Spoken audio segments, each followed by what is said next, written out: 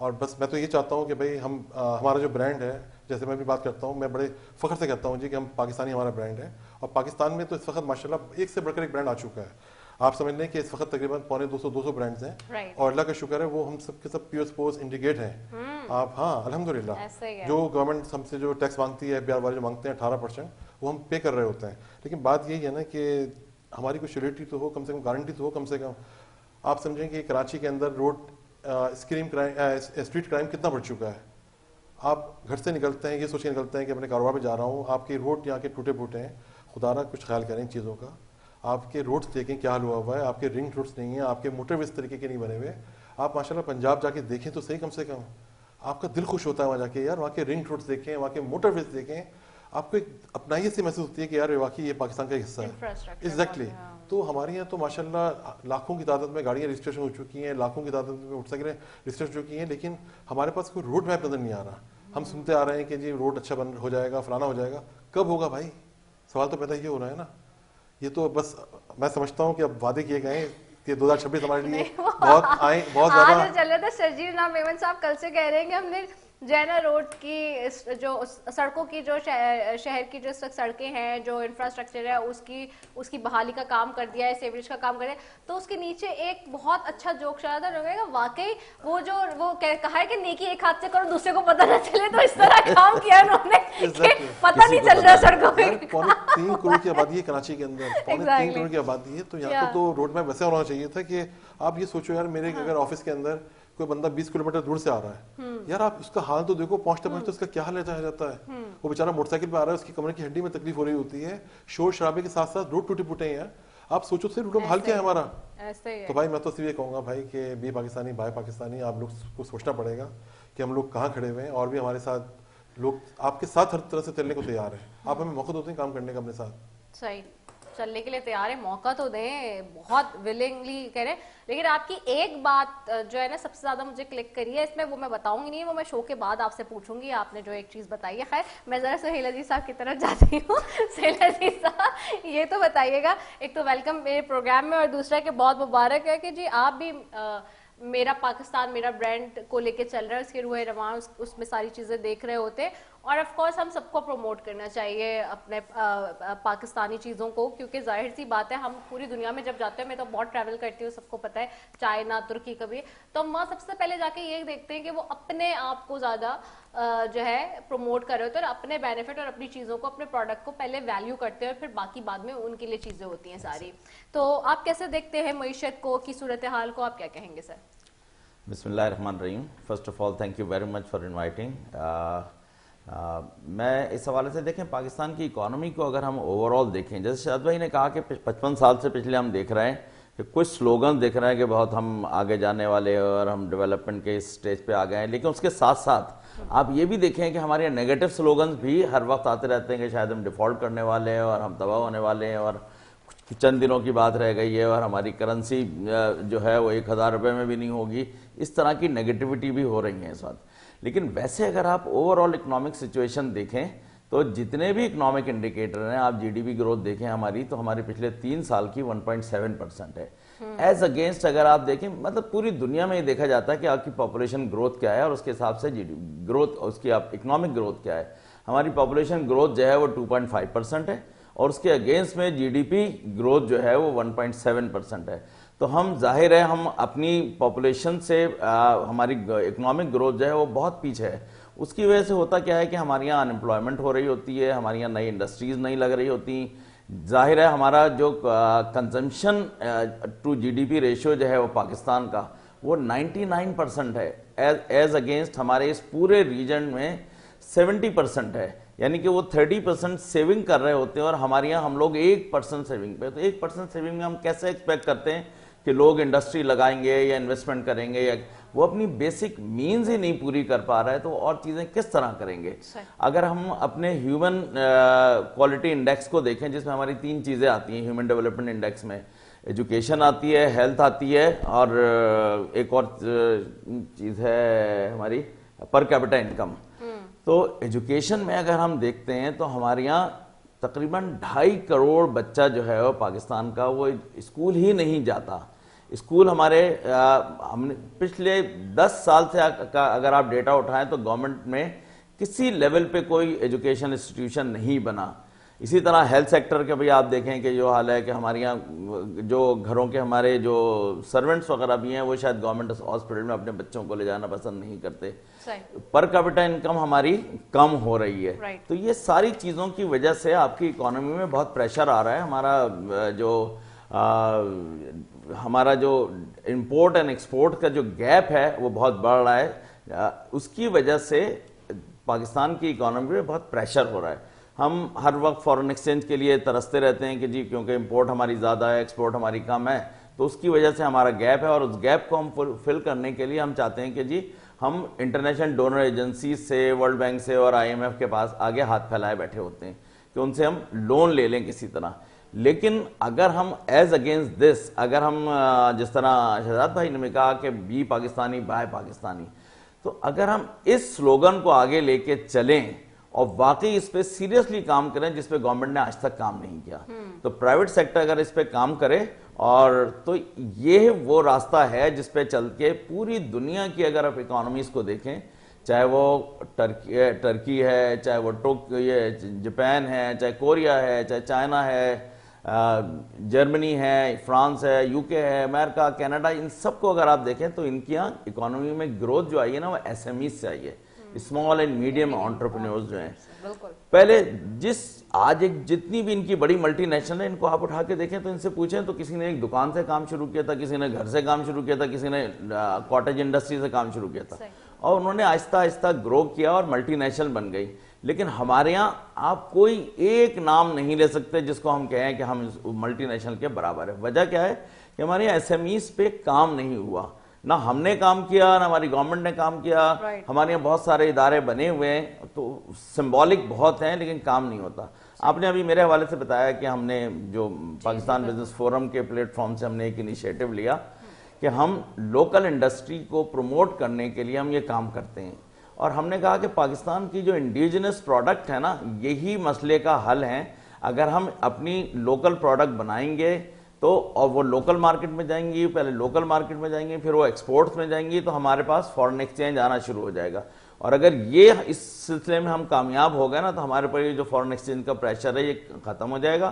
تو اسی لیے ہم نے پاکستان بزنس فورم نے یہ ڈیسائیڈ کیا کہ ہم نے ایک لوکل ایگزیبیشن کی جس کا نام ہے میرا برانڈ پاکستان, اور یہ 4th ایگزیبیشن ابھی ہم نے کراچی میں کی ہے. اس سے پہلے ہم لاہور میں بھی کر چکے ہیں, 2 کراچی میں, اور ٹریمنڈس رسپانس تھا اس میں کراچی ایکسپو سینٹر کی 6 ہال میں یہ ایگزیبیشن ہوئی ہے اور تقریباً 3.5 لاکھ لوگوں نے اس کو وزٹ کیا ہے. تو مطلب یہ وہ ہے جو میں کہتا ہوں کہ ہماری لوکل انڈسٹری بھی اس میں آئی, ایسے برانڈز نکل کے آیا جن کے بارے میں کسی نے سنا بھی نہیں تھا. لوگ آلٹرنیٹ برانڈز کی بات کرتے ہیں نا کہ کیا ہیں, تو وہاں پہ پتا چلا کہ 270 کمپنیز آئیں اور انہوں نے more than 700 برانڈ ڈسپلے کیے. لوگ وہاں آنکھیں کھول کے دیکھ رہے تھے کہ یار یہ چیز بھی بنتی ہے ہمارے یہاں, یہ بھی بنتی ہے. اور میں کراچی کے عوام کو خراج تحسین پیش کرتا ہوں کہ انہوں نے جس طرح وہاں پہ آئے اور شاپنگ کی اور انکریج کیا ان کو, تو اس سے انشاءاللہ یہ اب ہمارے لوکل برانڈ جو ہیں یہ آگے بڑھنا شروع ہو گئے, اور یہ آگے بڑھیں گے تو یہ ہمارے معاشی مسئلے کا بہت بڑا حل ہوں گے. رائٹ, آف کورس یہ بالکل دیں گے سپورٹ. شہزاد بھائی واپس آپ کی طرف آتی ہوں. اب ہم دیکھتے ہیں کہ ہمارے پاس پوٹینشیل بہت زیادہ ہے, ٹھیک ہے, اس کے باوجود چیزیں جو ہیں وہ سم ٹائمز اس صورتحال میں بھی ہماری نہیں ہو پاتی ہیں. لیک آف انٹرسٹ لگتا ہے, ول لگتی ہے حکومت کی, اداروں کی, کیا لگتا ہے آپ کو؟ کیونکہ دیکھیں نا ہم نے دیکھا تھا بیچ میں جب کیئر ٹیکر سیٹ اپ بھی آیا تو بزنس کمیونٹی نے تب بھی کہا کہ جی 1 ونڈو آپریشن ہونا چاہیے. آج ہم دیکھتے ہیں دبئی میں بھی 1 ونڈو آپریشن ہے ہر طرف, اور ہم ہمیشہ دیکھتے ہیں کہ جب بزنس کمیونٹی بیٹھتی ہے اور بڑوں کے ساتھ ملک کے, تو پھر وہاں پہ یہی زور دیا جاتا ہے کہ جی 1 ونڈو آپریشن ہونا چاہیے تاکہ ہمیں وہ پرابلمز ہی نہ فیس کرنی پڑیں جو ہمارے سامنے. اور پھر انفراسٹرکچر کراچی کا خاص طور پہ ہم اس لیے بات کرتے ہیں کہ سب کراچی والے, اور کراچی سے پورے ملک کی معیشت چلتی ہے, تو آف کورس جس جہاں سے چلتی ہے اگر آپ اسی پہ پیسہ, وہ کہتے ہیں نا کہ گاڑی بھی اگر آپ لیتے ہیں وہ ڈیپریشیٹ کری ہوتی ہے with the passage of time, اگر آپ اس کی بھی سروس نہیں کرائیں گے تو وہ بیٹھ جائے گی. تو سملرلی ایک بہت کامن ایگزامپل ہے جو کہ ہر دوسرا بندہ دیتا ہے.